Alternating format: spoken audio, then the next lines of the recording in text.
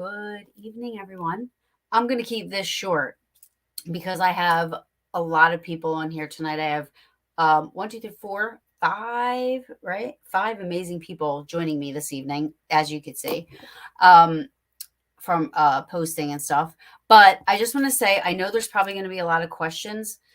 So what I'm going to do is I'm going to star your questions. And at the end, we all agreed, like maybe we'll cut it, 15, 20 minutes short so that we can get to the questions. I'll just do the questions at the end because I want everybody to be able to talk about everything and get it out and give us some knowledge, some triangle knowledge. All right. So without wasting any more time and listening to me talk, nobody wants to hear me. Mr. Ron Murphy. Hello there. You know him. He's a frequent flyer here on the brew. And he'll be talking about Bermuda. And none other than Mr. Mike Ricksecker. Good evening. Who is also now becoming a frequent flyer on the brew. A couple times. Yes. Who will be giving us some knowledge on the Alaskan triangle. And then boom, boom, boom. We have Matt Warner, Courtney, which I don't know what you would say, Courtney Elizabeth. And then Joe, I always want to say Rainone because that's what I call him, but Rainone to be sure. They're going to be talking to us about the Bridgewater triangle.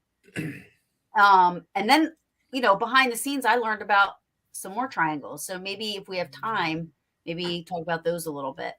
But a lot of math. It really is. Well, I'm just wondering with Bridgewater, since there's three of you, are each of you taking a point? We are. Oh, just the tip. that's really awesome. Matt's got just the tip. That's awesome. That was great.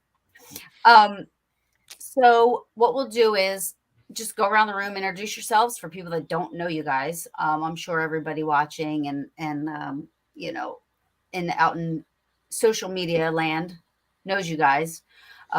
So Ron, we'll start with you. All right. So yeah, my name's Ron, and I've been here before, Tara, many, many times because you're one of my favorite people on this entire planet. Oh, thank you. And I like to research the paranormal through the lens of history. So I'm a historian by education. So I like to look at the history and any kind of for instance, the reason why I like history so much is because if this stuff is existing now, or it exists now, then obviously it existed in the past as well. So I try to connect as many dots as I can and try to find out whenever these kind of phenomena first began, and if it has any similarities to what's going on now. And if indeed that does prove to be the case, then we have something to work with here. I have to say hi to Erin. Sorry. All right, that's okay. No, I was wondering what was going on. It's all cool. It's all cool. Anyway, all right. So, Mike. Yeah.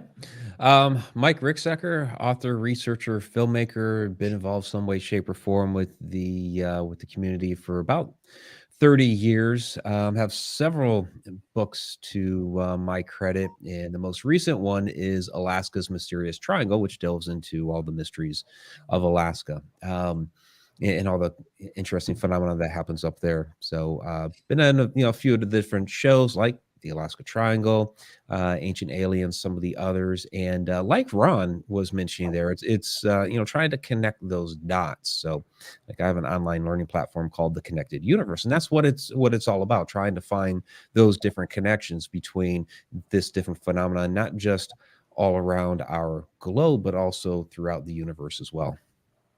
Absolutely. Rainone. So Joe Rainone with Paranormal New England, work alongside with Courtney and Matt in the society over at Hartsuff Hall. Invited myself. No. We just investigated the Shanley together. And yeah, we did. He's like, I want to co-host with you one time. And I said, absolutely. And he goes, wait, isn't Matt coming on this week? I said, yeah. And he goes, will you care? I'm like, no, I don't care. I was like, and then, the next day he's like, well, I reached out to Matt and he said it was cool. I was like, all right, then come on. So go ahead. Sorry, I didn't mean to interrupt you. No, See that's it. Sabrina down So, there, and nice. I've definitely investigated the Bridgewater Triangle, and I can add a little bit of insight along with Courtney and Matt. Awesome, Miss Courtney. Hi. Hello. I am part of Warner Paranormal Explorers in the Society. I'm a physical education teacher by day, and not as cool as you, Ron, but I do like the history of what we're investigating. So I did a lot of history for the Hartstuff Hall. I have lived in East Bridgewater, so I was part of the Bridgewater Triangle my whole entire life, and I've had some weird experiences with it. So I'm excited to share my stories. Awesome. And Matt, my woo brother. So my name is Matt Warner, Warner Paranormal Explorers and Paranormal Preservation Society. I'm the world's only professional paranormal expert with a degree in ghosts from Harvard, a little place in Cambridge, Massachusetts, if you weren't aware. But end of the day, I have been engrossed in the paranormal my whole life. I love it. It's been everything to me. And like Courtney, I've grown up. I did grow up in the tip of the Bridgewater Triangle. And I didn't connect the dots until much later on in my life that's probably why I had so many experiences. And as we started investigating as a group and with other people, what have you, we start to realize there's probably a reason we have so many experiences because of the land in the area. So it's kind of helping us, and both locations that we run as a society are also within the confines of the triangle. So it makes a lot of sense to us. Awesome. So real quick, are all these triangles surrounded by water, or are there land as well? There are land-based ones, like the Nevada Triangle. That's mostly land out there. So just it really depends. But you do have, yeah. Come on, Taryn, you didn't know this? Jeez. Yeah, keep up with this. I can't keep up. Every time we talk, there's a new triangle somewhere. Yeah, and the one when we were talking about Ireland, that's a landlocked one as well. Really? Now, Skinwalker Ranch, would that be in any of these triangles all over the world? Well, what's interesting about the American Southwest in general, you have a lot of interesting phenomena. So with Skinwalker, again, I think it has to go back to the land. I think as we go through the night and have this discussion, we're going to discover that it's really about the land or the water or, things that are more terrestrial based that's causing this activity. Right. So have any of you in your research ever seen that any of these triangles seem to be connected in some way or compensate for what one doesn't have or does have? I think there's similarities. I think that I don't think that they touch each other or necessarily feed into each other, but the idea of the similarities that go on there, unexplained lights, UFOs, some sort of monster related activity. But what also is very curious about these sites as well, too, is that they are not simply modern. This isn't something that, white colonists suddenly kind of came upon and said, there's something strange going on here. This is a tradition that goes back into the indigenous populations as well, that these places are taboo in some way or out of the ordinary, or you should not visit those places because strange things happen. So before you guys explain each one, I want to know, is there known or documented parameters of these triangles? The lines have kind of blurred for the Bridgewater Triangle over the course of the past 50 years or so. Yeah, it's one of those where, it's not a perfect triangle, right? I mean, we attribute three main points to it, but it's more globular in nature. Mm-hmm. Right. And the Bermuda Triangle wasn't coined until 1960s. I think it was 1964. And originally it was supposed to be Miami, Puerto Rico, and Bermuda. But, in the past 10 years, some people want to extend one part of the angle the whole way to Ireland, getting back to you, Mike, as well, too. Yeah. So these things are shifting as well, too. Yeah, and what's really interesting, you had like Ivan T. Sanderson during that time frame in the early 1970s, wrote an article and coined the term the vile vortices, and he, connected, 12 of these major points along the globe. You had 5 within the Tropic of Cancer, 5 within the Tropic of Capricorn, and then the 2 poles, and they make a nice, perfect, icosagon or 20-sided polygon. And Bermuda Triangle is part of that. The Dragon Triangle in Japan is part of that. I think it was a nice base to start with, but as we've seen with Alaska, Bridgewater, Lake Michigan, these other places around the globe, there are many more of these areas across our planet. And that's a good point that Mike brought up as well, too. Whenever you automatically put the title of triangle onto something, you're already evoking, alchemy, some sort of mysticism going on. And a triangle in alchemy can denote transformation of some kind. But I think one of the reasons why that the triangle stuck so well to this is because in Greek tradition, that the triangle represented a portal into another dimension.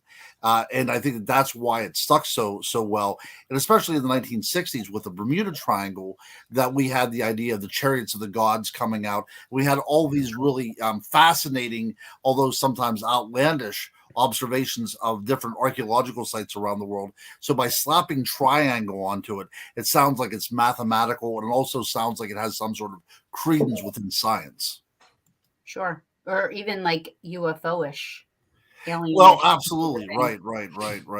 Yeah, but anyway. like Mike said, I think that whenever we look at any of these kind of phenomenon, it has something more to do with the Earth itself, whether it's a spike in energy there or whatever happens to be going on there. It seems to be Earth related rather than that extraterrestrials are visiting the site for some particular reason. Yeah, Right. absolutely. Because when you look at what we're really talking about here is magnetism coming out of the Earth's core, and as it passes through the the mantle and the crust and all that, it's interacting with different metals, minerals, waters, and depending on what those minerals and metals and things are, it's creating different magnetic field. So some things it may pass through like a maybe a high density quartz or something like that, where it would create a much larger EMF field than say some other areas of the planet. So I think if we were to bore down into some of these places, I think we'll find some interesting mineral deposits within those locations that our Earth's magnetic field is interacting with and creating a lot of this anomalous activity. Sure. But go ahead. I'm sorry. Oh, no, so I agree totally with what Mike just said. The Bridgewater Triangle actually overlays exactly on top of what's called the Narragansett Basin. Mm. Right. So Okay. that was from the glaciers back in like the Pennsylvanian time. And the sediment there is like 12,000 feet deep, and it's comprised of various, like you had mentioned, siltstone and sandstone and stuff like that. And I think personally that's why that particular area is spawning the paranormal phenomenon taking place. And if you look at the Narragansett Basin, it almost forms a perfect triangle. Nice. So, okay. So let's briefly, I looked. I didn't want to look too much into it because I wanted to learn from you guys, right? So I was briefly looking through, and it seemed like Bermuda Triangle, and this is how we'll go to Ron and just kind of give us a little backstory of Bermuda, and then we'll move on to Mike, and he can talk about Alaskan, and then you guys can talk about Bridgewater. Courtney, I can't wait to hear your stories, and Matt. But so let me remember correctly. Bermuda Triangle to me was missing for the most part. Is it the newest one? You're saying it was 1960, like all the other ones have been around longer? Well, I think that this was like the original triangle, Bridgewater was the 70s. Okay. Yeah. And I think that, and Lauren Coleman, if I'm not mistaken, he named that, correct? He coined it, correct. Yes. So he kind of piggybacked off of what was going on, all this kind of sensationalism of the 1960s. So Bermuda, briefly looking, mostly airplanes and ships go missing. There was a case, however, in Bermuda or off the coast of Miami, as a matter of fact, that 2 lighthouse keepers disappeared. So there is a case of a land disappearance as well. Okay. So But for the most part, it's like missing planes. Yep. you About know, missing them. about 50 ships have been lost there, and about 20 planes have been lost there. So we're Okay. looking, a good bit of transportation type of things have been missing. So Right. And Bridgewater seems to be, correct me if I'm wrong, more everything under, no, yeah, more under everything under the paranormal umbrella, where it's more like cryptids and ghosties and stuff like that. Not too Yeah. much of the planes and the boats, which there may be some, but I mean, mostly it's known for that. Whereas the Yeah. Alaskan Triangle seems to have all of that. Yeah, it's a little bit of everything up there. Ships, there's missing boats, there's like paranormal phenomena, there's like all kinds of crazy stuff, which reminds me of Skinwalker Ranch, which is why I said was that, you know what I mean? That's why I brought up Skinwalker Ranch earlier. Not to digress, but I mean, is that does that seem correct, Ron? yeah, that seems Bermuda. perfectly. Yeah, seems perfectly well said. That's right. That's right. Yeah. Yeah, yeah. So what was your question again? Getting back to that, I'm sorry. Well, so what I was really a question. I was just Yeah. saying, like, that was what I briefly like read. Yeah, I didn't right. get too much into it. So Right. now I said, if you could just start to talk about Bermuda, the Right. Bermuda Triangle, you Right. know, and some stuff. Right. So actually, there is some beasties that go along with the Bermuda Triangle as well too, and unexplained lights and things. So before ships started to disappear, we know that from his logbook, dated October 11th of 1492, Christopher Columbus, on his first voyage to the New World, marked down that he saw an unexplained light not very far off the surface of the water that was seemingly following the ship. So we know from Christopher Columbus's records that there was something unusual going on there as well too. And these are very accomplished seamen, so they know what's going on out there in the water. So he saw some sort of strange light, but he also noted about seeing mermaids as well too, which a lot of people have discounted and say that he ran into seeing some manatees, but already we see that there's a pattern of something strange going on here. I think he had some compass abnormalities too, Ron, correct? There was some sort of malfunctions going on there as well too, as if the compasses were having a difficult time finding north, right? Yeah. And that's a common thing. So we talk about history and about connecting the dots. That's something that continues up to this very day with people that go out there. I remember in the 1980s, the music group Heart was out on a pleasure cruise, and they also had abnormalities happen out there with their equipment as well too. So it runs the gamut of what's going on, but most commonly it has something to do with the instruments not being able to gauge where it's located, where the ship's located. Yeah, but one of my favorite stories, especially as somebody that is so intrigued with literature as well too. We know that in 1610, a ship from the Dutch West India Company went into that particular area, and it was believed to be lost. It was called the Sea Adventure. The crew had vanished, but through time they were actually they were found washed up on Bermuda, and they were taken back to England, and they had quite a story to tell, So this happened in 1610. William Shakespeare comes up with it. He hears this tell. In 1611, he writes The Tempest, his last play, based upon the wreck of the Sea Adventure in Bermuda. And so what we gather from that play, we have everything from witches and elementals running around and monsters. So it's a very interesting play. So his first play that is set in the New World happens to be within the Bermuda Triangle because so many strange things were going on. And this is going back to 1610. Wow. So then technically you could probably say Bermuda Triangle goes back to 1610. Or we could go back to Christopher Columbus. I will go back to Christopher Columbus and say 1492. Ooh. Yeah. Yeah. I mean, how does it just appear, right? Something's always had to have been there. Well, somebody had to be there. In order for us to see any kind of strange abnormality, somebody has to be out there to see it. And that's whenever people were crisscrossing the ocean at this point. So now we were coming in contact with things. So we know on ancient maps, here be dragons and all these kind of water monsters that lurk out in the water. And these were all theoretical until people start wandering out into that ocean themselves and then come face to face with things they simply can't explain. Awesome. So now, Mike. Yes. Alaskan Triangle. Alaska Triangle. I just want to piggyback real quick there on, like, how far back these go, and Ron's correct. It goes as far back as people starting to report it.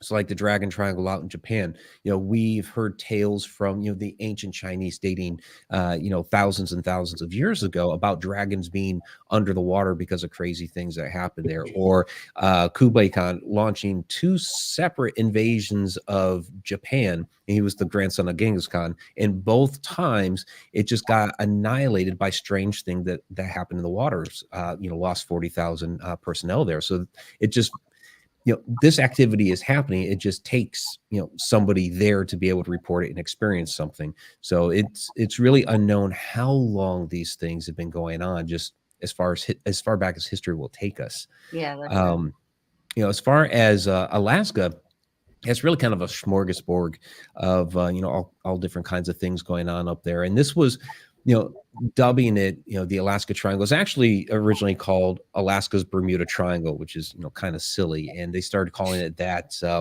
like around the 80s to 90s, when I was stationed up there in Alaska from 92 to 95 in the Air Force. There were people talking about it, and Thank you for your strange service. things. Oh, thank you. And talking about the strange things that happened up there. And I saw some crazy things that would happen. But again, in some veins, like the Bermuda Triangle, where you have a lot of airplanes that went missing, just disappeared in the thin air, never found again.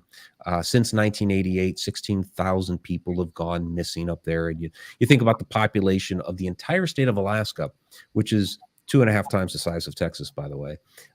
It only has a population of about the same as the city of San Francisco. So if you were to say 16,000 people went missing in San Francisco, that's a large number. You have all kinds of cryptid sightings. You have the paranormal activity. You have the UFO sightings and things like this that go on up there. Now, what's interesting, when we were talking about electromagnetic activity, in 1965, the U.S. Department of the Interior did a magnetic survey of about 100,000 square miles of Alaska. Now, Alaska's over 600,000 square miles large, but 100,000 square miles still a large sample size. And they discovered what they called 5 distinct magnetic characters up there in Alaska. And some of these they dubbed as negative anomalies. So this is our government in their own survey saying, yeah, there's some negative magnetic activity that goes on up there. So you mix that with the seismic activity, with the earthquakes. You have a lot of volcanic activity that occurs up there. In fact, when I was first stationed up there was still ash falling from the sky from a recent volcano eruption. And then you have the solar activity up there. So being as high up on the planet as it is, the magnetic protection of the Earth is a little bit thinner up there, which allows the solar flares from the sun to penetrate a little harder up there, which is where we get the aurora borealis. So you have this fantastic cocktail of different energies up there that create all this wild activity that occurs up there. So you guys it's 2 totally different climates. Do you think the climate has something to do with the activity that takes place? I mean, for Alaska, I mean, weather is well, and you're also talking about a place that has HAARP. So that's a whole other topic in and of itself.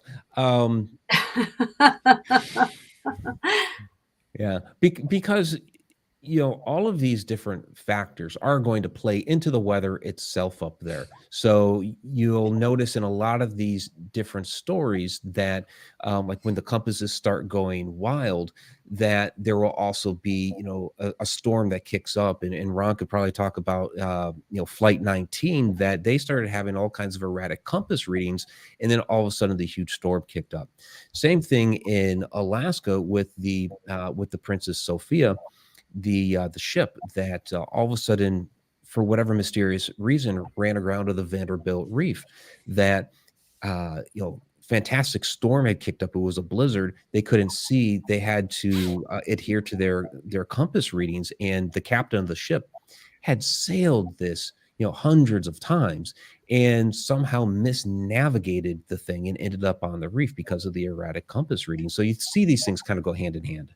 Mhm. Which is the reason I'm excited to hear from Joe, Courtney, and Matt, because Right. same way with the Bermuda Triangle, going back to Shakespeare again, his whole play, The Tempest, was based upon the idea that storms were the cause of these things, where there was some sort of manifestation of these storms through supernatural means. So yeah, definitely the Bermuda Triangle, it is the storms. That is what gets things missing. And I think of all the triangles, that is probably the one that we can scientifically explain away quickly. People are going out there, instruments can fail. We know that instruments fail, and getting lost over open ocean can spell disaster. And that's probably what happened so many different times. But the Bridgewater Triangle was a completely different element in this whole thing. Not only it has a provenance that goes back quite a while, but we're not dealing with these kind of atmospheric problems that Alaska has and Bermuda Right. was. Right. Yeah, that's why it was. I was going to say, okay, so because that's why I was saying, like, you two are totally different.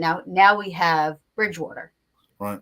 So Bridgewater, Joe, makes up what? Is there like a specific area? Courtney, you say you know that you live within the triangle. Joe or Matt, do you live within the triangle as well? You grew up there, you said. So you guys kind of know where it is. So the Bridgewater Triangle is 200 square miles. So it pales in size comparison to Alaska and Bermuda for the size queens out there, but it still packs a punch. The borders, the supposed borders, the tip of the triangle, the northernmost tip is Abington, which is my home. He's all about that tip. He is. He likes it. You take what you can get. You know what I'm saying? Yeah. So the northernmost tip is Abington, and then the southeastern tip is Freetown, which is the Freetown State Forest, and the southwestern tip is Rehoboth. So that encompasses the general triangle on the map. But as time has gone over the past 50 plus years, the lines have kind of blurred.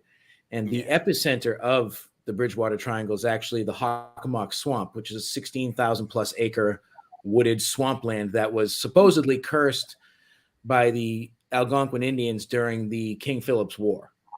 So we're going back, 300-ish, 350 years with that kind of history there.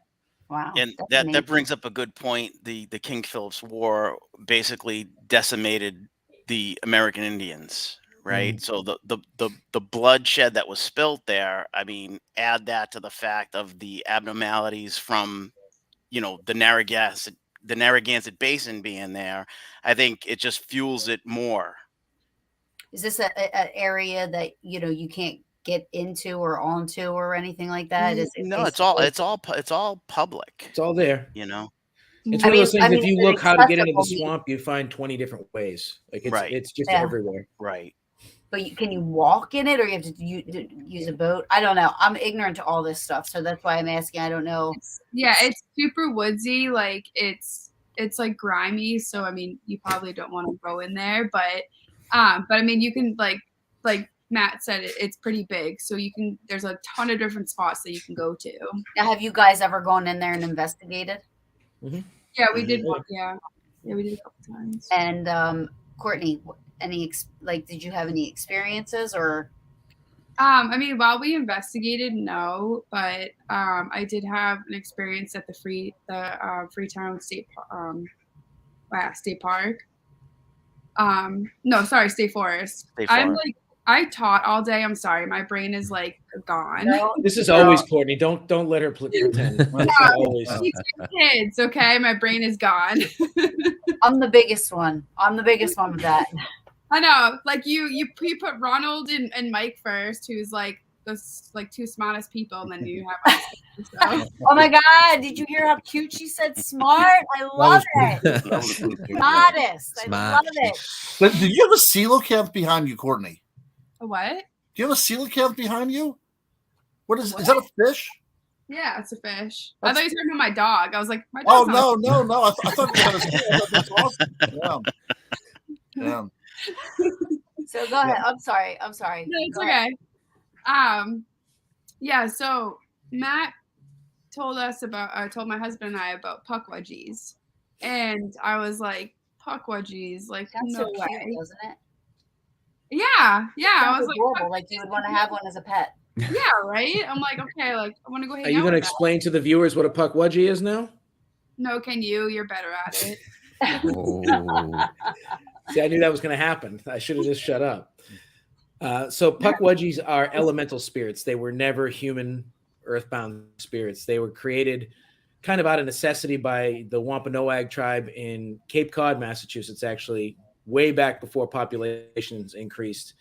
They were born out of magic as a necessity, as a way to help the tribe in day-to-day life. And as populations grew, the necessity for them became less and less. And I guess out of spite, they kind of became mischievous. And over the course of time, they become mischievous to devious. And now they are known to purposely try to cause you harm. And they generally run in packs or at least pairs.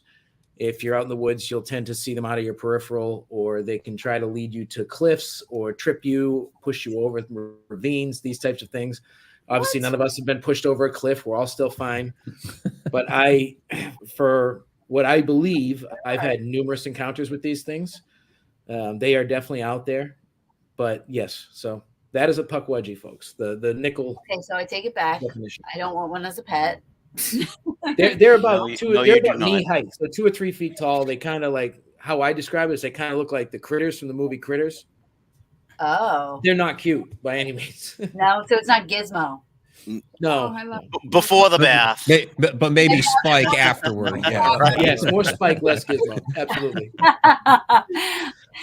So, all right. So the Bridgewater Triangle, Joe. I mean, did you talk about this, like about some of the reported? I know you guys have had personal experiences. Matt, you grew up in that, and you said that you feel like this kind of is what helped you to get into the paranormal. So was it just ghosts that you were experiencing, or was it everything, or you didn't know at the time? Like, growing up for me, it was primarily ghosts. My grandparents lived next door and their house was haunted because my great grandmother died in there, which I pieced together much older in life. Like, oh, that was probably who it was. But I grew up in a family that accepted that ghosts were real. So it was never something I couldn't explore. And obviously Ghostbusters came out when I was little, and I grew up with that kind of stuff. But yeah, as I got older and started reading more and researching more, I did realize more things were out there. So I have had, obviously, my puckwudgie experiences, but I've also seen a UFO. My brother he believes in things, but he's the most straight, narrow, salt of the earth type of person. But I'm older than him, so I was about 16, and we saw a UFO above the sky, about 4 houses down from where we live. And it was spinning at like almost like a 45-degree angle on its axis, and it looked kind of like a roulette wheel. It was green and red lights alternating, and we're just like looking at it, like, what the hell is that? You look at something like that, it's like, nah, that's not really there. But we both saw it, so I grabbed my mom's car and we drove up and we followed it, and it was moving. We're following it. Drove about 2 miles down main roads, and then it was just gone. And then not 2 minutes after it was gone, all these military helicopters and such were in the area, which wasn't uncommon for the time, because at that period of time, there was a Navy base not far from where I grew up that had just recently closed, and they still had like the Coast Guard and stuff there. But it was still very coincidental, in my opinion, that they were in the sky right after that happened. Sure. Was it aliens? I don't know. It could have been the government. It probably was the government, knowing what we know nowadays. But right, it was still a UFO because we could not identify it. Right. So right. One of those experiences that we had. So yeah, we've had a lot of. I still haven't seen Bigfoot, which is upsetting. But now does the Bridgewater Triangle also have accounts of people now? This is hard because people go missing every day, right? Yeah. We have the ghost hitchhikers and things like that. You have what? Yeah, the ghost hitchhiker on Route 44 and things like that. So someone that had gone missing hitchhiking, we have that. But like I said, people go missing all the time. There is a famous case of a woman that went missing down the street from where I grew up, probably 15 years ago now. And there's still people still posting like, where is she? Where is she? Nothing was ever heard from her again. So do you know of anybody that's gone into that swamp area where you said was like the epicenter of this triangle, right? I am sure over the course of 16,000 acres, it's massive. So I'm sure there's been plenty of people that have disappeared within it. Yeah. Well, there's also like a lot of cults too. So In people have gone in Freetown. there. In Yeah, Freetown, yeah, there's a lot of satanic activity. Yeah, that and takes in the place. swamp. People that I know have gone in the swamp, like they've actually seen like animal like sacrifice Oh, animals and stuff like that. Yeah, and Freetown has a ton of the cult activity also. so why you think so much in that one little town? You Um, think is it almost like they came together there, or is Well, it, I think the lore of the area brings them, Mhm. plus the fact that it's massive and they can hide, from sight to Mhm. to, right? to do what they need done. Nobody will hear them. Nobody will see them. It's such a Yep. large wooded area. and So I just like asked- the history of it too. I mean, you hear that you have all this energy and all this spiritual kind of area. Like that's like a perfect location for like to do your cult, your satanic cult stuff. Well, yeah, nobody's going to bother you back in the swamp. So I've got to ask them a question here about this. So the Massachusetts folks, the people that are going in there and doing these kind of ceremonies and these kind of rituals, is that possibly feeding in to the idea that there's something there, or did it open up a portal and maybe bring in things that shouldn't have been there in the first place?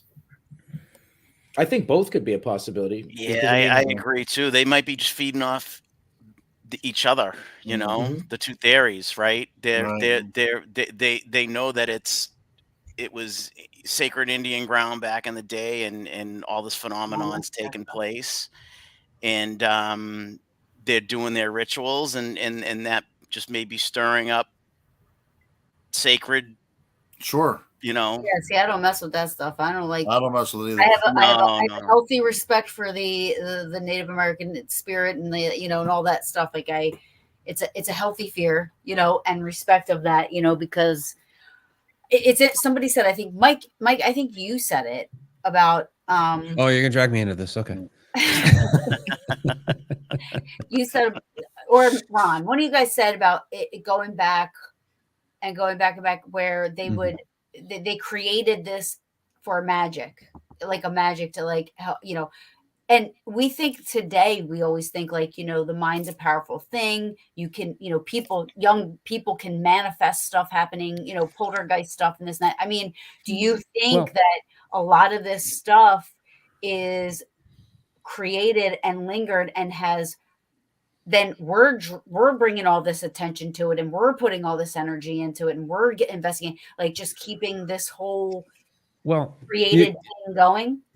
you'll see it like around the world. The ancients knew how to harness this type of energy, so they knew that the energy was there. You can go out with, a couple of, copper rods and find the locations. That's knowledge that's been around forever. And they knew how to find these locations and how to harness that energy and how to be able to use it to, whether they're trying to enter into altered states of consciousness, whether they're trying to open up portals for healing practices. That's where we see, stone circles built, pyramids, things like this. And, some of those ancient locations have been lost to time. We look at the Lake Michigan Triangle. One of the things that is in the lake is actually a small stone circle, which actually has a very similar alignment to Stonehenge. So, these were locations where that type of those type of practices occurred. Now, we may have lost over time how to be able to use some of that power, and I think people certainly go out to these locations and they attempt to try to harness it again, probably not knowing so much, how to do that. But people are certainly trying. And, when we talk about like missing people, some of these people do get lost into, things like portals. You'll hear, stories about, two friends walking along the path. All of a sudden the other one disappears. Sometimes that person is found. And when they are found, they're like, I have no idea how I got lost off the path. I heard a sound off on the side. I took a step off the path, couldn't find what the sound was, turned back around. The path was gone. What happened? And they're lost in the woods for days. One in the Alaska Triangle was in the middle of a very public race, Michael LeMaitre, about 10, 12 years ago. And it was the Mount Marathon race in Seward. And he goes, up the mountain, never comes back down. They were never able to find him. There's no body. There's nothing. He just disappeared in the middle of a public race. How does stuff like that happen? Wait a minute. So they're running, and some dude just disappeared, Gone. and nobody. So there's something there with the energy, whether it's That's whether it's we're crossing into other dimensions, time slips, portals. We could theorize on a lot of different things here. Jeez. Or it's a Men in Black. Mhm. Or there's that. Stranger Things in that situation. Go ahead. Going in like upside Yeah, down. they go into the upside down. There you go. Yeah, that's all I could think about. What was that? I'm sorry. I had to let my cat out. Stranger Things. Oh. The upside down world. Oh, that's crazy. Yeah. So in these areas, underwater, now this would mainly be, I guess, Bermuda, right? Bermuda's mainly water. Well, yes, besides the land masses that it touches. So you can say Puerto Rico, Miami, and all of Bermuda, but most of it's water, yes. How come old Bessie, am I saying that right, hasn't been seen in Bermuda Triangle? You mean Nessie, the Loch Ness Monster? Oh, Nessie. All right. Well, I think that's Scotland. That's quite a swim there, my dear. But But For a long time. that's right. That's right. Alaska has the Lake Iliamna monster, which they call Illy, and they actually nickname it Alaska's Loch Ness Monster. Nice. Wow. Yeah. Yeah, but but there are monsters that are reported there. I believe it was in the 1950s. I could be wrong on the year or on the decade, but I think it was 1950s. There was these kids that decided they were going to go out lobster fishing and into the Bermuda Triangle, and their little boat went up over the waves, but they got swept out into the ocean, and they were out there overnight. I think there was a group of about 5 of them, and as they were waiting for dawn to come and hopefully rescue would show up, a serpent rises out of the water, and according to the lone survivor from the raft, the serpent picked off one by one of these teenage kids until he was the last one to be rescued.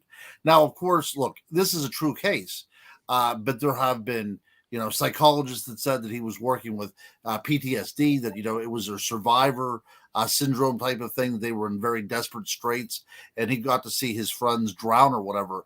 But his story, at least up until the day he died, he never recanted the fact that something in the Bermuda Triangle that looked like some sort of sea monster came up and ate his friends one by one until they were waiting for the dawn. Okay. Why do people go in these triangles? I would, that's a solid question. Research, man. Research. Yeah, there you go. I mean, for the most part, the activity doesn't happen. I mean, how many boats, flights, things like this go into these triangle areas on a daily basis, and you don't hear of things happening? But go back to the Earth's magnetic field and the energy that's coming up out of the Earth's core. It's not constant. It ebbs and it flows. So I think what we're seeing is when that energy spikes, that's when these different crazy things happen. Yes. Yeah, I think there is something to be said about that as well, too, because I've been to the Bermuda Triangle before, and I just got the worst sunburn I've ever received in my life. I've also investigated Loch Ness as well, too, and I never saw anything there either. However, on my list this summer, actually in June, I do want to hit the Bridgewater Triangle. So if any of you guys are available, please let me know. I got to see myself some puck wedgie action. Wait a minute. Careful what you wish for. Yeah. If they're tripping you and making you fall over a cliff, I'm like skipping that. Hard pass. No. They've not I done will that to never me go. I won't go to the forest again after my experience. Really? Well, what was your experience? So I don't know if it was just like a coincidence or what, but it freaked me out. Where my husband and I and our first dog, we went to the forest to go for like a hike, and like that's when Matt told me about the puckwudgie. So I was like, okay, like let me see, because I'm a see it to believe it kind of person. And so, you know, I'm like, okay, Puckwudgies, if you're here, like, come out, let me see you, blah, blah, blah. Like, nothing happened. Right. Literally, like, a couple days later, my dog ended up swallowing a rock, which he's never done before. He had to get emergency surgery. And then at the time, we were living with my uncle. My uncle and I got into this huge argument. And for like just 2 weeks, my life turned upside down. It was so negative. I felt like there was a black cloud like over me. And finally I was just like, okay, I believe in this. Like, you know, I won't like ever go back, whatever. And, like, Go away. try to get better. Yeah. And I was just like, you know what, like, this is too much of a coincidence to be like, okay, well, this isn't something. Yeah. I have that effect on people. Yeah, you do. Yeah. And it's so, like, to this day, so like my uncle and I, like, we don't talk at all. And unfortunately, our first fur baby like passed away. Wow. So I'm sorry. Yeah, thank you. That's sad. Yeah, so just like I won't go back. I don't like any woods, to be honest with you. The only part that I've explored is a Sonnet's Ledge in the Bridgewater Triangle, and we were using tri-field natural meters. So those are the EMF meters that will, you know, they'll read the natural EMF coming from the earth. So anything man-made won't trip it off. And we were up on a Sonnet's Ledge, and all the meters were just picking up high levels of EMF, natural EMF coming off the granite. Wow. Mike, when you wrote your book, were you in Alaska? Like, did you go to Alaska to write your book about it? I hadn't made that sort of research trip. So, you know, I had gone up there because I filmed for the Alaska Triangle television show. Right. So, and that was just a couple of days up there. But, you know, I visited some of my old haunts and things like that. And it really kind of inspired me to dig back into, you know, those stories up there, the things that I experienced in the 3 years that I had been up there and all of that. So, yeah, I would have preferred to have done a research trip like that, but, you know, resources. Cool, right? Yeah. Well, not Alaska. I hate the cold. I do want to see Aurora Borealis, though. That is something I want. Yeah, to see. and you have to see that because you're only going to see it during the winter time, because during the summertime it's light all the time. The reverse is true in the winter, and it's dark. So, but yeah, people always say, "Well, Alaska's so cold." Well, yes, during the winter it's frigid, but in the summer it's actually quite nice. You know, in the 70s, and you know, it's light all the time. You know, people will be out playing basketball at the park until, you know, midnight, 1 a.m. Yeah. Well, my boyfriend was stationed out there for 3 years. So, oh, okay. I mean, I said, if I knew you then, I'd been like, do it. Not going to do it. Yeah, the winters are tough. You know, and I was in a secure facility. So if I didn't go out for lunch that day, I didn't see the sun at all. Oh, yeah. Depressing. Yeah, a lot of people get cabin fever up there. So that's another thing that you contend with. And you always have to keep some perspective when you look at these different areas. You know, what are the conditions? So you talk about, okay, 18,000 people have gone missing since, or 16,000 people have gone missing since 1988 in Alaska. Well, naturally, some of those are, you know, people that just naturally got lost in the woods, eaten by a bear. Some people that wanted to be lost and never found again because of, you know, maybe they were depressed or what have you, because that does happen up there. So, you know, you do have some of that context, but it doesn't account for everybody. It's a really large number. Right. Somebody had said something that it's kind of, but I forget what I was going to ask you guys. Can I ask a question to Mike? Go ahead. Yeah. So Mike, I've heard, and I've read, I honestly didn't know much about the Alaskan Triangle. So I just did a little, you know, Googling this today, and the version of Sasquatch you guys have up there seems to be like a little bit more nasty than the usual Sasquatch we have here in North America. You know, like the people have actually gotten like attacked. Seriously.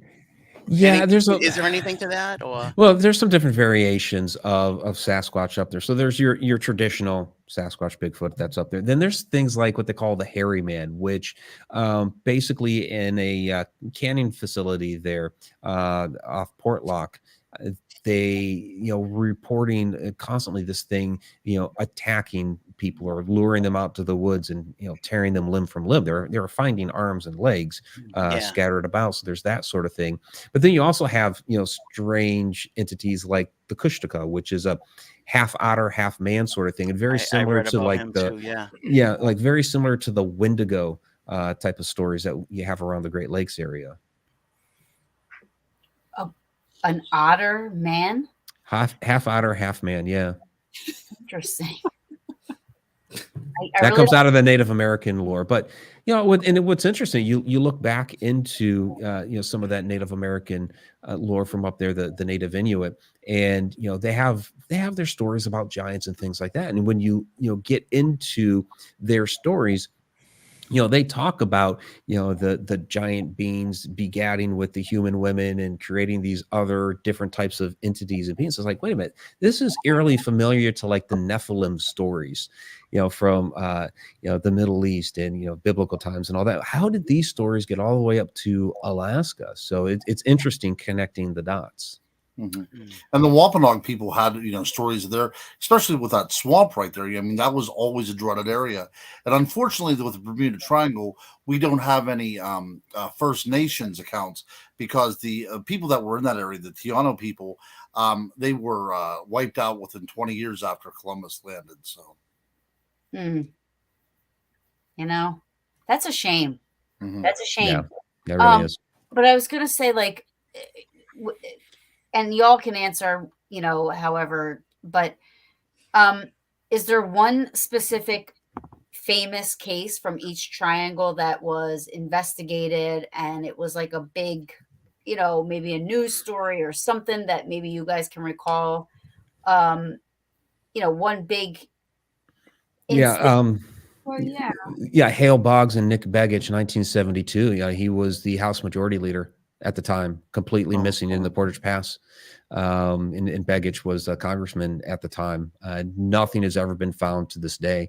Other planes have gone down in that pass, and they keep on the lookout for the Boggs Begich plane. Nothing's ever been found. It was the largest search and rescue mission ever assembled at that time in our nation's history. They utilized spy planes to try to find it.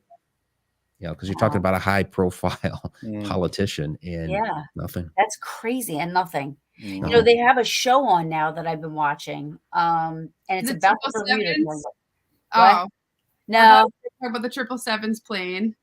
No, okay, but I'm going to go. You have to text me that so I know I'm going to look it up. But it's the Bermuda Triangle, and there's a group of scientists and biologists and all kinds of people that are, on this ship, and they're they have like a list of all the missing planes and ships, and they're, going down and seeing if they can find, like, obviously you can see rubbish at the bottom of the ocean floor, and they're getting as close as they can to try to find things that would identify each thing at the bottom of the ocean, which I think is really, really cool. And then Mike, they did a show on the Alaskan Triangle. I feel like, that's like a show that they should do. Where's Don Wilder when you need him? We need to get Don Wilder on this, and he's got to do mysteries of the triangles around the world, because it sounds like there's plenty of them to go around. We have Mike Ricksecker. He can do it. Yeah. Come on. Well, the Unexplained with Shatner did an episode covering a lot of the different triangles. So, that show is amazing. Yeah, that's a good show. It's a shame. I know I heard, and I'm just saying, I heard that Shatner's not a very nice person in real life, but I'm going to love him anyway. He's the face of Michael Myers, and I love that. And, he's awesome. I love him. And that show is really, really good if you guys have not seen that show. So let me see. I know there was a couple of questions. And Joe, if you have to say anything, because you were supposed to be my co-host, but you do know about Bridgewater, so you're kind of like, pulling double duty here. Well, wasn't there like the famous like black dog? Wasn't that like all in the newspaper for the Bridgewater Triangle? That was in Abington, the giant black dog. I mean, there's been so many different newspaper reports. Like Abington's known for the giant black dog, and then you got the satanic rituals and murders in Freetown. Does and then anybody you've got- go to Freetown besides anybody that's like not into the occult? it's a 4,000 acre state park. People go hiking there all the time. Oh, so it's a park. It's a beautiful place. It's beautiful there. Why? I think Actually, like Joe, I've investigated the Assonet Ledge a few different times. That's pretty much the place I know how to get to, so that's why I always go there. But it's really cool.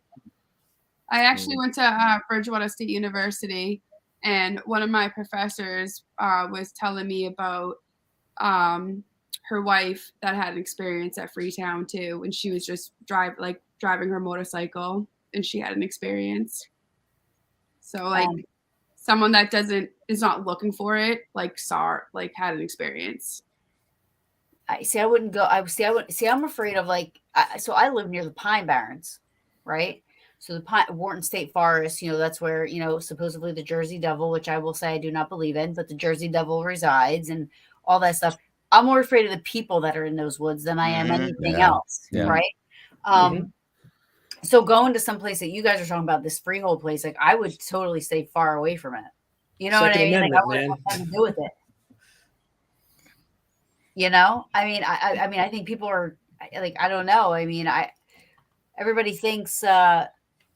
Well, there's no occult activity there, so I'm not going there. I can tell you that. I won't go there at night. I'll go there in the daytime. Yeah. Yeah, it's pretty. It is actually pretty cool there at night. So the last time I investigated there at night, we were seeing some really interesting phantom lights. You went there at night? Oh yeah. Are you allowed in there at night? I don't think so. He's got to think about that. So it's like anything. Like the state parks, they close at dusk, but people go out there. Kids go out there partying and whatnot. But we were out there investigating, and it's a massive place, so nobody bothers you out there. Yeah, because I'll tell you what, this guy from Western Pennsylvania would not last 15 minutes in a Massachusetts jail. I'm just saying right now. So, well, I'm going to knock on wood and say I've had a good almost 42 years of not going to jail, so I'm still doing pretty good. Nice. Yeah, no, that's cool.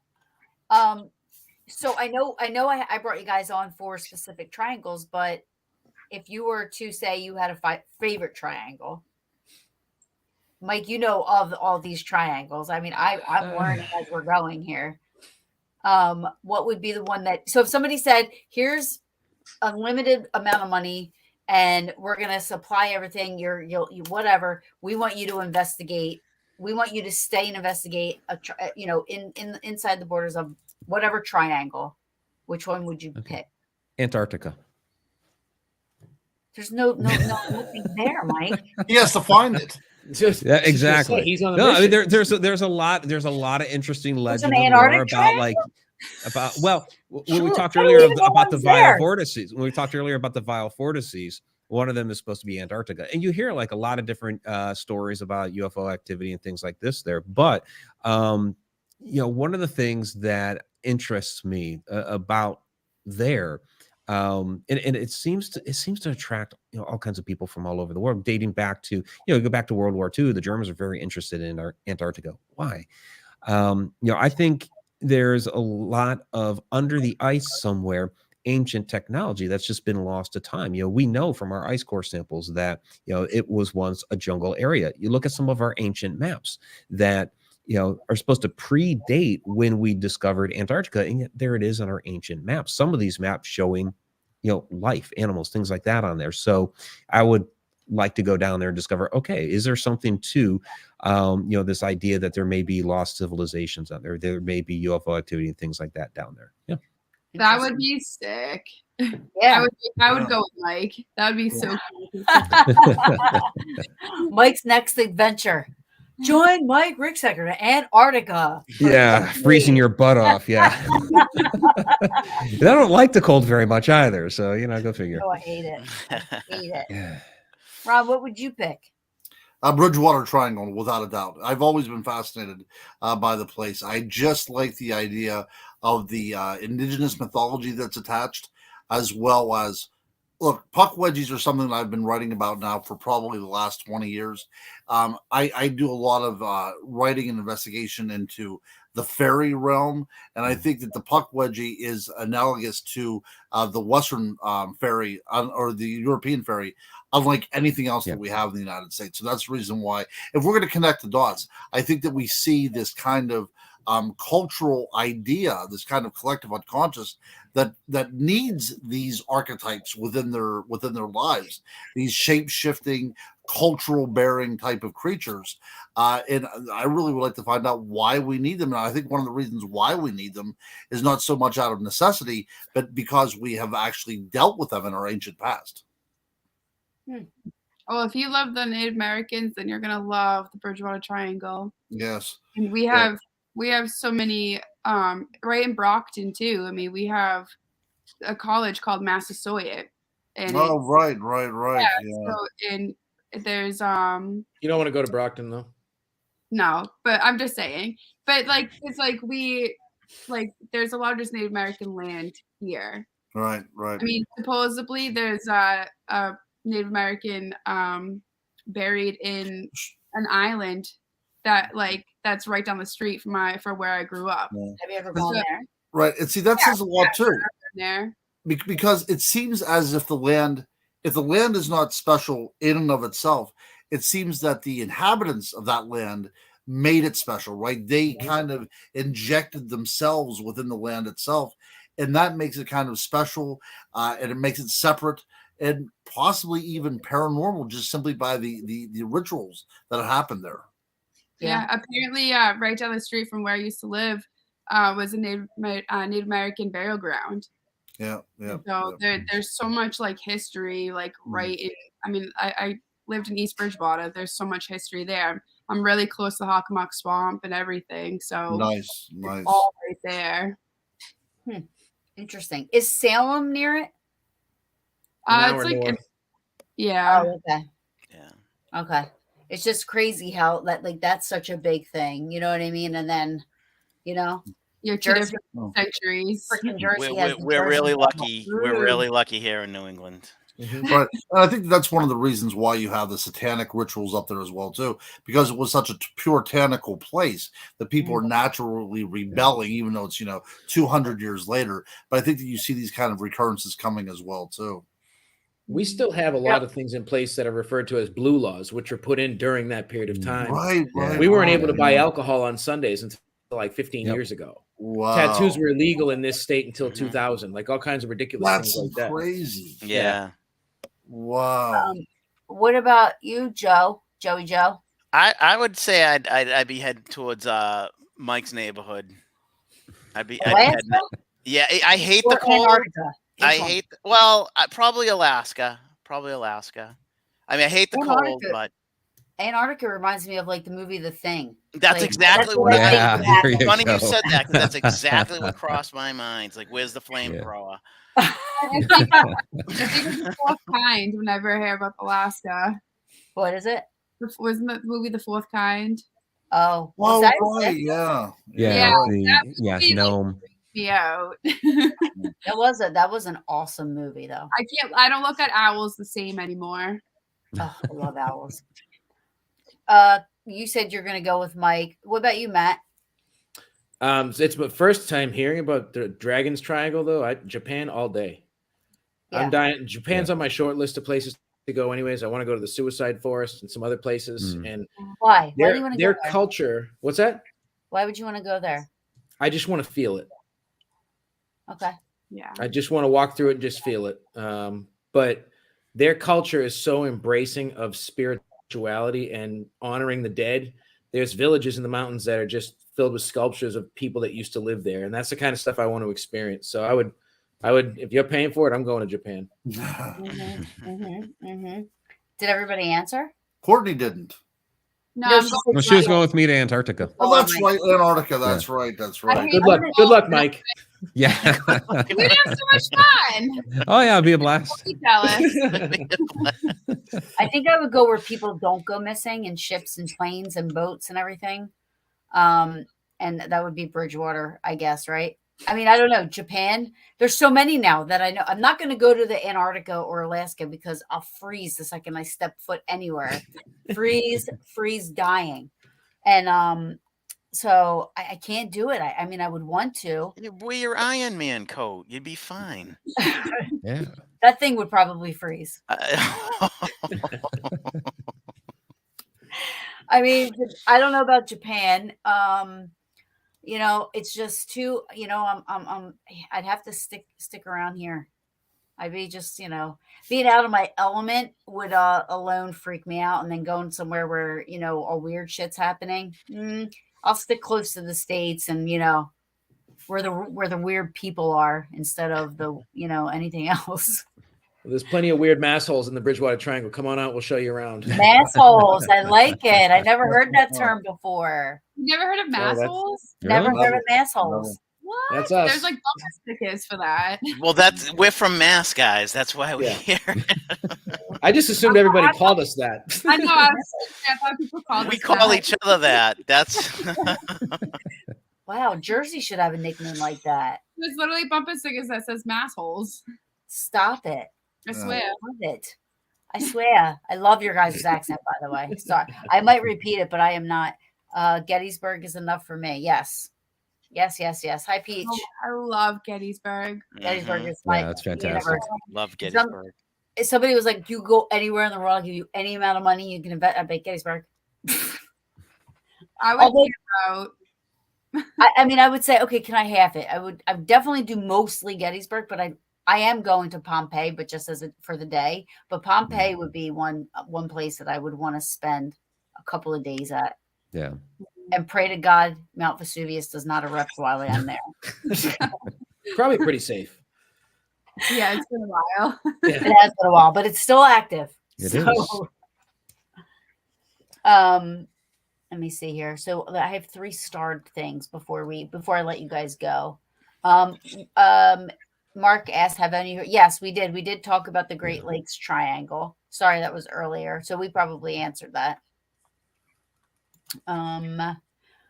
Do any ley lines intersect with those through the triangles? Yeah, you find that you can dig up maps on ley lines, and you'll see where they connect with like the Bermuda Triangle out to the Dragon, up to Alaska. It's funny when you look those up though, because you have ones that look different in different intersecting points. So, but I mean, really, what it comes down to is the telluric currents, the energy lines within the Earth. That you know, when we talk about the ley itself, it's a geographic lining up of these different sites, like, you know, temples, stone circles, etc. And they were built at those locations because the ancients knew to tap into the energy. So that's why they all line up. So yeah, you see those intersections. We actually did have 2 earthquakes in my hometown in my lifetime, which is unheard of in Massachusetts. But we had what we lovingly referred to as the Great Abington Earthquake when I was a kid. It was like it was like a 1.6 or something, something stupid. And then there was another one maybe 5 years ago. So there's probably ley lines underneath the triangle. There's definitely fault lines for sure. I There's think definitely fault lines. What'd you say, Courtney? I think I remember that earthquake. Do you think the Oh USS yeah. So the USS Cyclops, that was a Navy ship that sank in the Bermuda Triangle, and it was noted because 308 people, the largest loss of life in the military outside of any kind of battle. Yeah, just mysteriously vanished. All the crew members aboard and everything. Nobody knows what happens with that. I mean, like anything to date, they haven't found anything. No, nothing. No. I don't understand that. The ship. That's insane. Yeah, they didn't even get a distress signal from it. Correct. That's right. Yeah, Exactly. yeah, Just I go. don't understand that. How I don't do you either. like lose a big same with the airplanes? How do you just lose it? How do you just lose a plane? Like, and I'm watching this show, and there's so much on the bottom of the ocean, but that doesn't account for every single thing that has gone missing, and planes that like, where is it? Yeah. Right. Yep. It depends upon. I mean, the ocean is very good at keeping its secrets. It depends upon how deep the water is that we went down in. If there was a good enough storm, it could be covered up with silt pretty quickly. So I mean, there's a lot of different. I mean, the Flight 19, that whole squadron, 5 planes disappeared all at once. I mean, none of those planes had ever been discovered. Although I'm thinking that they may have found one. Do you know if that's the case, guys? Is anybody? I thought they might have found one plane. I know there's some rumors of that some years back, but I thought Yeah. they discredited that. Okay, that might be the case. Yeah. Yeah, that might be the case. But yeah, I mean, it's the water, and water is terrifying to me, especially deep water. Mhm. Now, of course, we're not me like too. we're not like the Pacific Ocean here, but the Atlantic is still, pretty sizable piece of property there. So things that want to go missing and can stay hidden pretty well. For sure.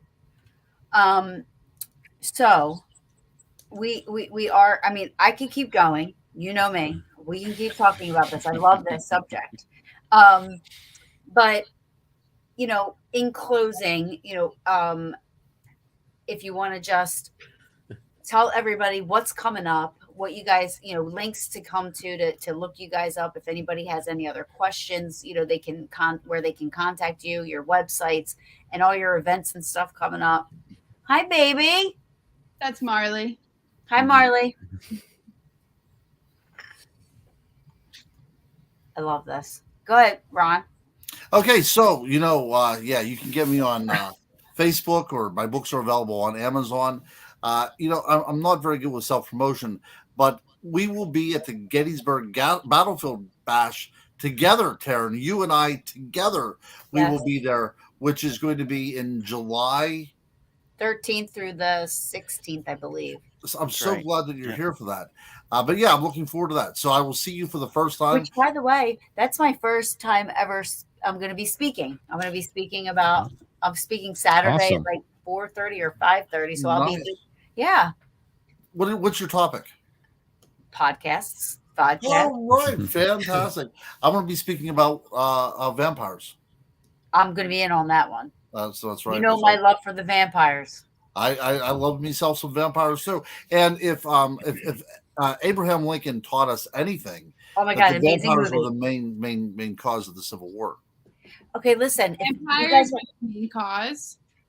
What's what? No. Have you ever seen? It's the corniest title in the world, but it's such a good movie. Abraham Lincoln, the Vampire Slayer. I've seen it. Great, Good movie. great movie. Yeah. Oh yeah. Yeah. It was awesome. I mean, Oh, how it they was. It incorporated was. the Civil War into that movie was astonishing to me. I was Mm. like, whoa, wait a What's minute. going on here? That's right. Yeah. Like, hold up.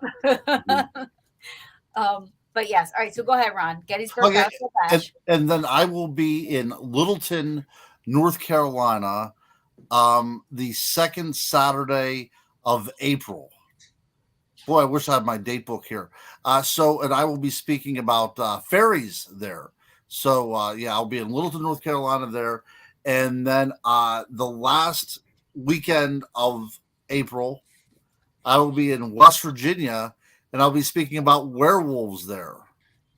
All the stuff you can find on Facebook. I'm sorry about being kind of vague. No, And no, then fine. But we're- and then in May, I'll be in Rochester, New York, and I'm going to be speaking about the phenomenon of earth lights. about what? Earth lights, these kind of lights that people see out there, spook lights, earth lights, whatever you want to call them. Like Mike saw at Hinsdale. Exactly. That's what I stood up whenever I Those heard little about blue that. lights. That's right. That's great. Yep, Yeah. the little blue lights. We Yeah. got a No, lot those of were them. We fantastic. got a They- lot they of were them in the crazy. triangle, as Matt attested to. Mhm. Yes, yes. I Yeah, love and vampires. then that will be I'll be speaking at a Dogman conference in Dallas, Texas, in September, and then the first ever in Johnstown, Pennsylvania. If you guys can get there, the first ever Squonk Festival. What is it? The squonk.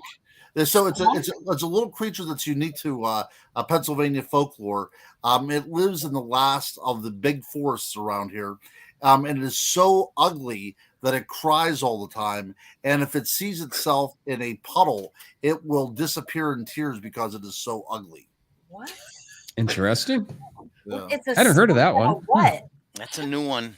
yeah. Actually, That's a new one on me. Actually, it's an old one. This Genesis, the rock band, had a song called "The Squonk" that comes from "Trick of the Tail" from 1976. So it's been out there for a while. It's just never hit the mainstream. Was it a I squirrel? need to learn more. This is amazing. Yeah, the squonk. The squonk. Is it a squirrel and a what? Squirrel and a skunk. It looks a little bit like a pig. I don't know. It has, it's covered in like boils and warts and everything. Ew. I'd cry too. Yeah. It sounds like my boyfriend. Oh snap! Yeah, that's right. No, true story. Yeah. Mike, really quick, I don't know if I hadn't had a chance to tell you this yet, but on vacation last year, which I can talk to you privately about this. However, on vacation, left everything behind. No paranormal shit. No, not even thinking it because I'm in Myrtle Beach with family and nobody's into ghosties. So I'm having a good time. 12 o'clock, and I saw walk through the house like past me. And this is just the short version, but it looked like if you saw American Horror Story, the first one, the very first one, the black suited man. Oh, Rubber Man. Yeah, cool. Oh, yeah, that's the freakiest thing I've ever seen in my entire life. That's pretty wild. yeah. So I did want to talk to you about that. So I told you about that so that you can help me remember to talk to you about that. Okay, I'll hit you up and we'll talk. All right. With that being said, tell everybody what's coming up for you and where to find you. Stuff. Number of different things. So you can go to MikeRicksecker.com. I do have my event schedule posted there. Next big event would be ParasiteCon, Ohio State Reformatory in Mansfield, Ohio. I'll be speaking on the Alaska Triangle there. Early June, which will be just a couple weeks after that, June 10th, I'll be at the Bell Mansion in Indiana it's my Connecting the Universe event. So basically I'm doing 4 whole presentations where we're talking like Stargates of Ancient Egypt. We're talking the Matrix of Consciousness. We're talking, time travel and things like this. A lot of those different types of time slips and what have you. So that's June 10th. You can, again, you can find the links on my website. Let's see, Phenomicon in Vernal, Utah in September. I've got a presentation with MUFON in Phoenix in November.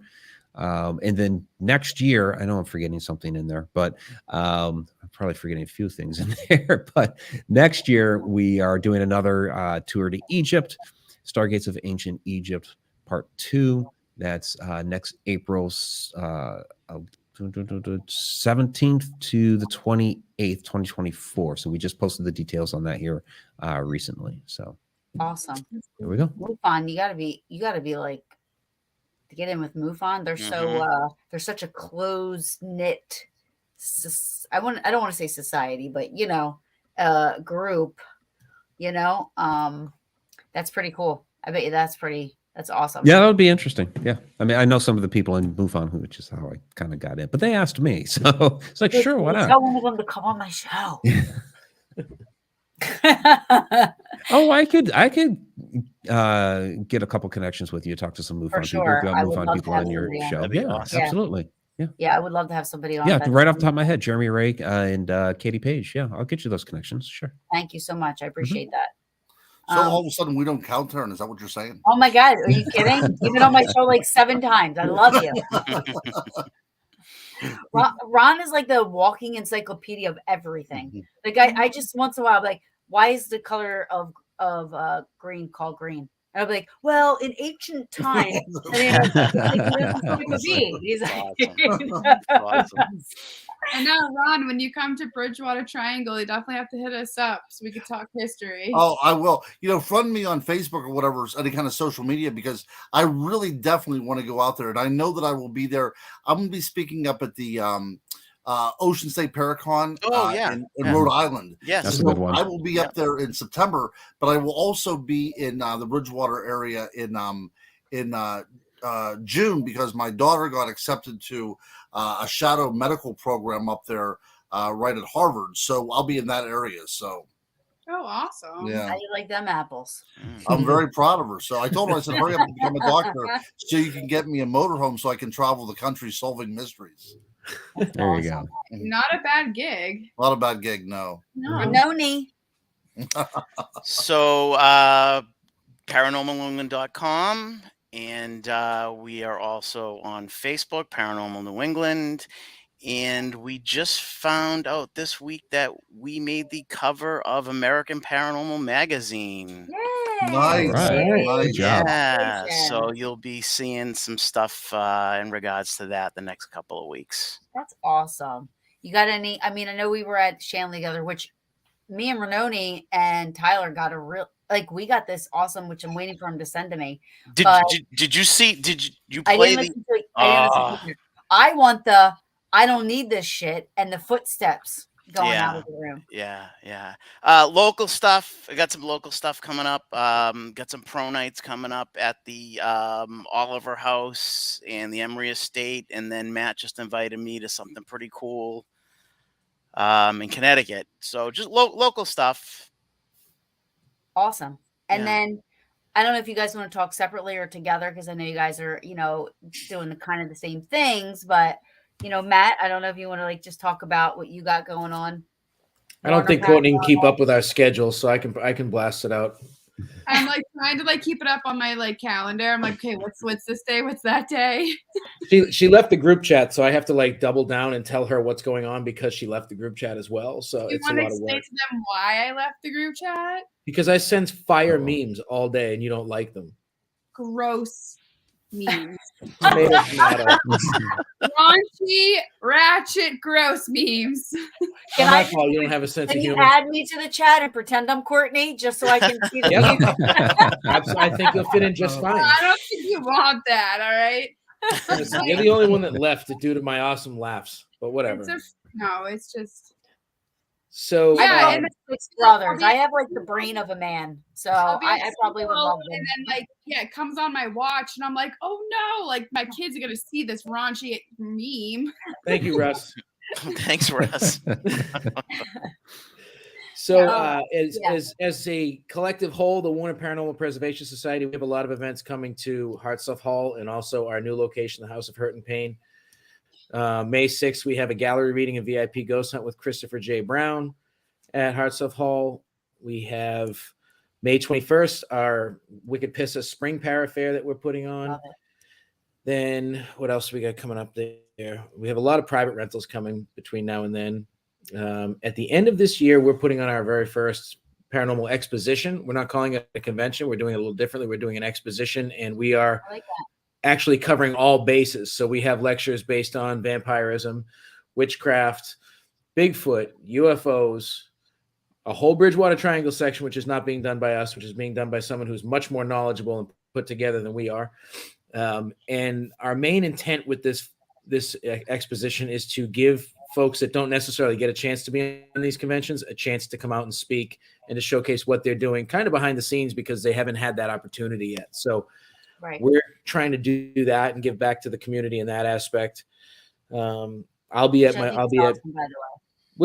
trying to just do different things. We're trying to shine a different light. And with the whole society aspect, what we're doing is we're helping to keep these locations going and put the proceeds back into the preservation efforts of these historic locations. And end of October, I do an event at Wilson Castle every year, so that'll happen again.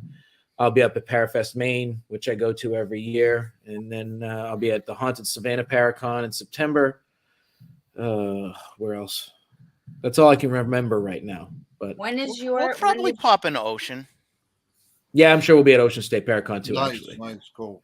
Yeah, I was there last year. It was a great time. Ken's an awesome dude, and anything I can do to help him out. He is. Great guy. Yeah. When is your thing, Matt? Your the Para Expo is it's going to be November 4th and 5th. So the exposition itself will be Sunday, November 5th, and we're going to do some sort of a VIP ghost hunt the night before, and then we'll do some sort of a gallery reading type of deal after the convention itself, the exposition itself. Awesome. So we're trying to do different stuff. We're trying to shine a light on the South Shore of Massachusetts. Everybody comes here for Salem or Plymouth, and we're between the two. So we're trying to get everybody in our general area for other stuff. Very cool. So besides you guys, though, I love New Kids on the Block, and they are from Right up the near street you from guys. us. I don't know how close they are. 15 but, minutes from me. 35 years, going strong. As a matter of fact, you can't see it, but I have a door poster of them on my wall, or on my door. It's a door poster of New Kids on the Block. I'm such a huge fan still. So Mhm. if you guys ever bump into any of them, please give them my phone number. Thanks. Well, they're not far from us all the time. Up in Wahlburger. Hingham. You'll bump Wahlburgers, into yeah. one of them. But I want to thank you guys all for coming on. Thank you so much. This was a very interesting show. I feel like it could have been a 2-hour show just talking about the triangles and everything like that. I mean, even more. I didn't know there were so many. Mike, every time I ask him a question, he adds on another triangle. I'm like, wait a minute, what? I mean, it's There's amazing. a few. It's amazing. It's amazing. But I want to thank you guys for coming on and taking the time out. Rainone, thank you so much. I love you. I love you too. Anytime. Yes. And you guys are great. And I hope one day you come on again. We can do this again and maybe talk more triangles or talk whatever. I don't even care. But this was great. I loved having you guys all on. Thank you for having us. Yeah, thank you so much for having us. Yeah. Absolutely. And everybody's commenting what a great show. So this is, I mean, I knew it was going to be. I couldn't wait for it. I had such good feelings all day long. I'm like, will this day ever get over? I want to get to this show. No, it was a great idea to get all of us together and talk about these different areas. That was a great idea. Yeah, no, I'm happy about that. And hopefully I see you guys coming up at some events, you know what I mean? So. There's a lot of events coming up and a lot of things going on, and you know, just with minus the drama, we just try to keep the positivity going and do our things, you know, and what drama? And, yeah, what are you talking about? Nothing to see here. Again, thank you guys so much for coming on. Thanks for having us. Thank you, Tara. Very, very much. Yeah. And I Have a look good forward night. to have you on again. Can't wait. Absolutely. We'll do All it. right, guys. Good night. Good night. I guess.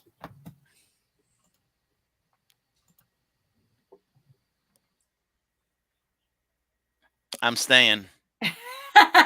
We'll talk. Let me You need remove to. us. You need to. Wait, I'm still live. Oh.